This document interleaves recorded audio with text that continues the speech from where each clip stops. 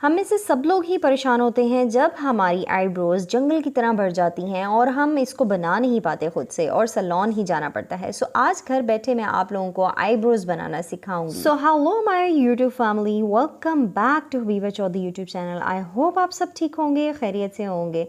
So guys चलें जी, start करते हैं अपनी आईब्रोज़ को बनाना। उसके लिए क्या क्या चीज़ें आपको चाहिए पहले वो आप लोगों को बताते हैं।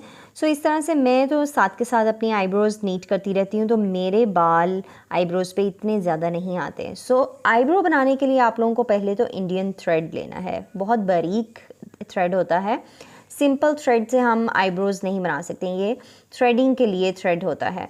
सो ये आपने कॉस्मेटिक्स की शॉप से इजीली आप लोगों को मिल जाएगा, आप लोग ले सकते हैं। सो अब मैं आप लोगों को बताती हूँ पेंसिल की मदद से कि आप लोगों ने पहले यहाँ से स्टार्ट करना है, जो स्टार्टिंग पॉइंट होता है आईब्रो का, और फिर आर्च हमारा यहाँ पे जो आईब्रो थोड़ी सी ऊंचाई पे जाती है, इसको आर्च कहते हैं। सो आर्च तक हमने थ्रेड अपना चलाना होता है, फिर आर्च से हमें डाउन साइड इस तरफ जाना होता है। सो ये दो तरफ आप लोगों ने स्टार्टिंग में पहले फर्स्ट ये पॉइंट है, सेकंड ये, और देन फोर्थ ऊपर वाला आर्च तक, और देन आर्च से नीचे तक फोर्थ पॉइंट। तो चार तरह से आपने थ्रेड चलाना है, फर्स्ट एंड सेकंड पहले, then third and fourth.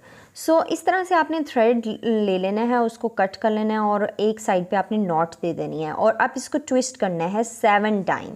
7 twist आप इसके देंगे थ्रेड के, और देन ये हमारा थ्रेड रेडी हो गया है आईब्रोज़ बनाने के लिए। सो इस तरह से आपने कैंची की तरह अपने हाथों को चलाना है, और सबसे पहले आपने स्मॉल सीज़र लेनी है। उसकी मदद से हमने जो स्टार्ट के हमारे एक्स्ट्रा बाल जो ऊपर लेंथ से शेप से बाहर आ रहे हैं, उस लेंथ को हमने कट करना है इसी तरीके से।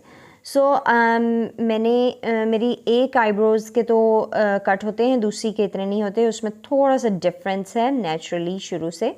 स्टार्ट हमने यहाँ से किया है थ्रेड के, और जितने भी एक्स्ट्रा बाल होते हैं, अगर आप लोगों को कन्फ्यूजन होती है या मुश्किल होती है तो आप पहले आईब्रो को अपनी को शेप कर सकते हैं पेंसिल की मदद से, देन आप जो एक्स्ट्रा बाल नीचे नीचे हों उनको आप थ्रेड की मदद से निकाल सकते हैं।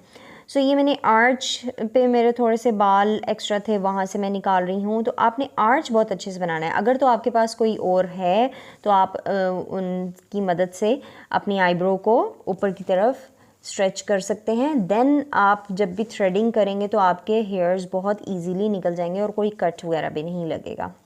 इस तरह से हमारी नीचे वाली आईब्रोज़ होगी है। इसी तरह आपने ऊपर से, जैसे मैंने आपको टेक्निक बताई थी, ये हमारा थर्ड पॉइंट है, जितने भी एक्स्ट्रा बाल हैं वो हमने निकालने हैं, और फिर आर्च से जो डाउन साइड हैं खींच के लेके जाना है, जितने भी एक्स्ट्रा बाल इसके बीच में आ रहे हैं वो हमने प्लक कर देने हैं।